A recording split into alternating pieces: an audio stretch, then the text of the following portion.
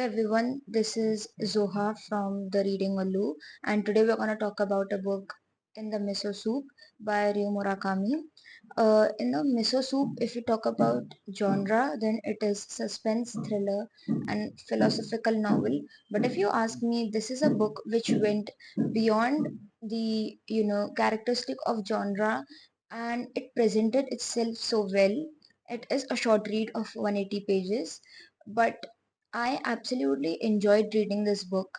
I finished the book in the mere time of 3 days, and the book left such a mark on me that even after completing the book, for a lot of days, I kept on thinking about the book, the characters, the plot. And another thing which I absolutely love about this book is that the plot and what will happen on the next page or in the next chapter is so unpredictable for this book. It is written in such a way that even if you try to, and even if you feel like you have understood the plot, the characters, you just cannot tell what will happen in the next page or in the next chapter. There is also one more thing which I felt while reading this book is that this book did this sort of justice to the genre of thriller and suspense, because there are some other books that I've read of thriller and suspense genre that are good, but they do not keep you such active or enjoyed in a way while reading that you want to finish the book.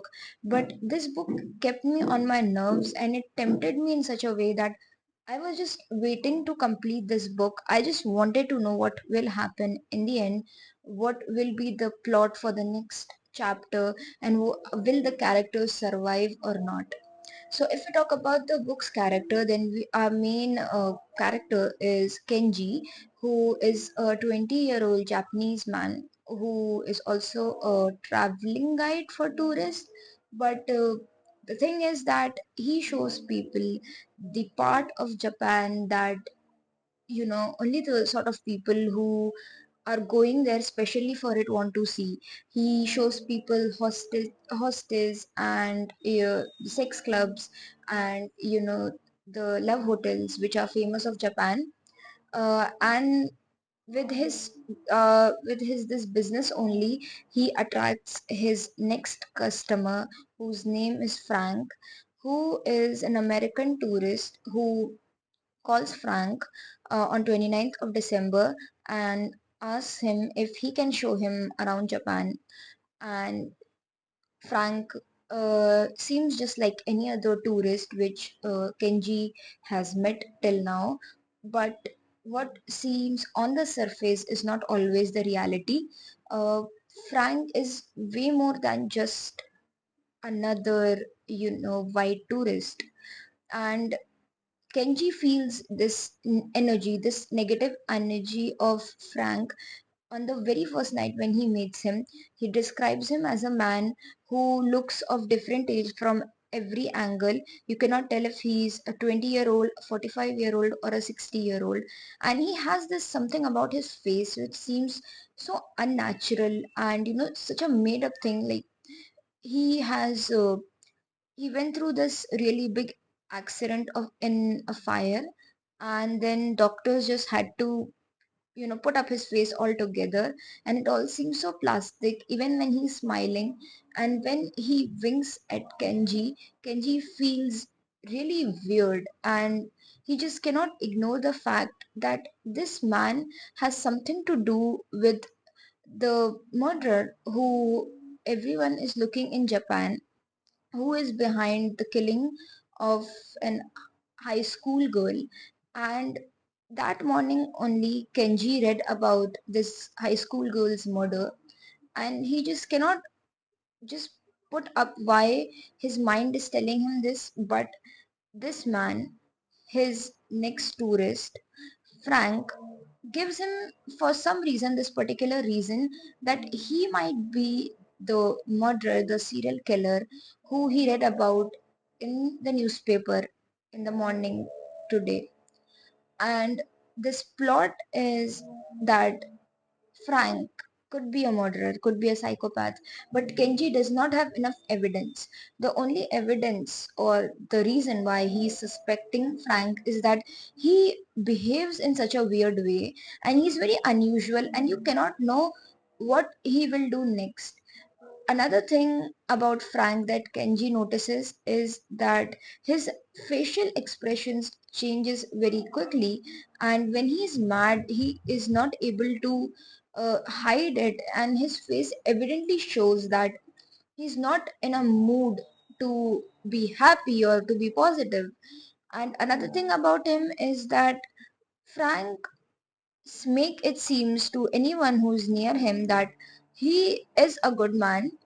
It's just that he does not know how to react, because according to him, how he explains it to Kenji is that a part of his brain was removed by doctors, and now his cells are the reasons why he react so unusually or sometimes inhumane. But obviously these are not some good reasons you give to people in order to justify your actions. And I would not be telling you the whole story regarding what happens in the book, but I would be explaining why this is a must read for you. This is a very short book. It only has 181 pages and 3 chapters. Because I could not get a physical copy of this book to myself, so I read an ebook version of it.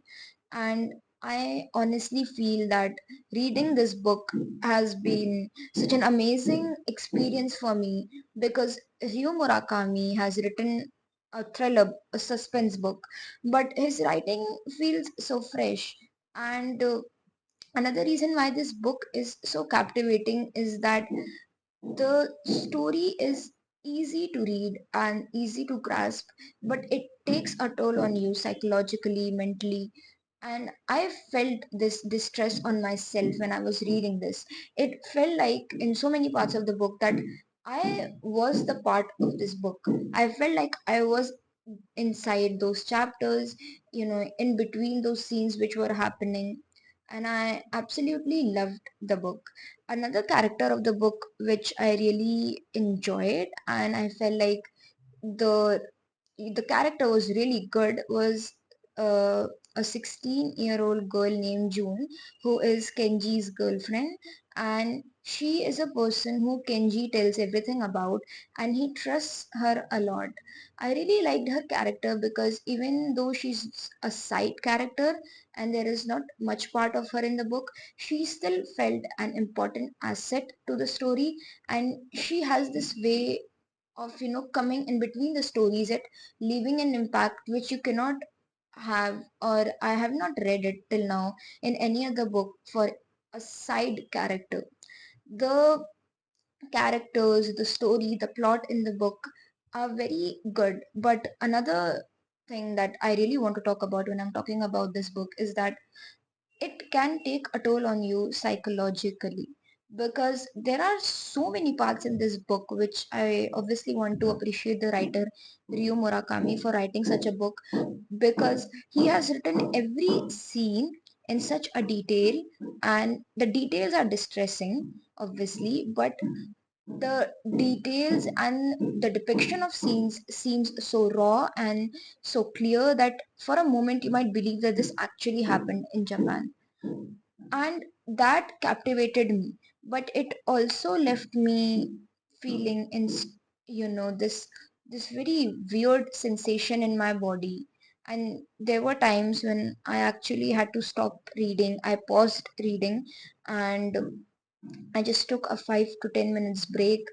I wanted to feel that yes, whatever I just read is just not real, it's just fiction, it's just written. There is a part in chapter 2 of the book where, spoiler alert, murder happens. Frank does murder, and that scene just left this impact on me. In fact, every part of Frank, when he was explaining how his history of killing people, and how he does not consider himself a murderer, but in fact sort of this victim of this, his environment, the people around him. He feels like a victim, and you realize that people who are mentally ill, or they just don't fit, how they portray themselves as victim and do not even consider what they do as wrong. That whole part was so gore, so intense, that it left a bitter taste in my mouth. I was just not ready for that at all. And this is a book which I feel that everyone should read at least once in their life. It truly is a magical book, but not magical in a good way, I might say. It can obviously leave, speechless, and might make you fear to ever read another thriller suspense book again. But again, this is an important book to read if you want to widen your genre, or you want to read more books which are not, you know, typical. You want to go somewhere, you want to read books which might make you feel different than other books. Then In the Miso Soup by Ryu Murakami is a book which I will definitely recommend everyone. And yeah, there is this thing that I have a lot of books in my library which are from Japanese authors, writers, because I feel that Japanese writers have this such a way of explaining things, and their books are just so special.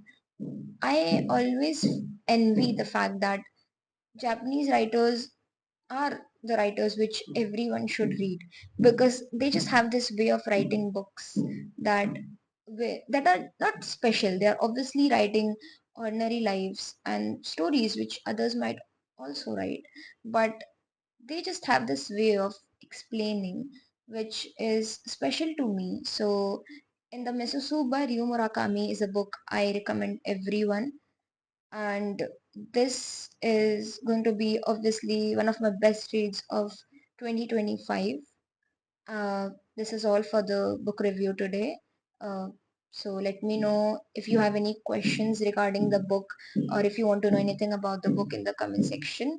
And you can also give me recommendation for the books which I should read, or books which I should review, or if there is any other book of Ryu Murakami that I should read. Thank you so much for watching. Bye.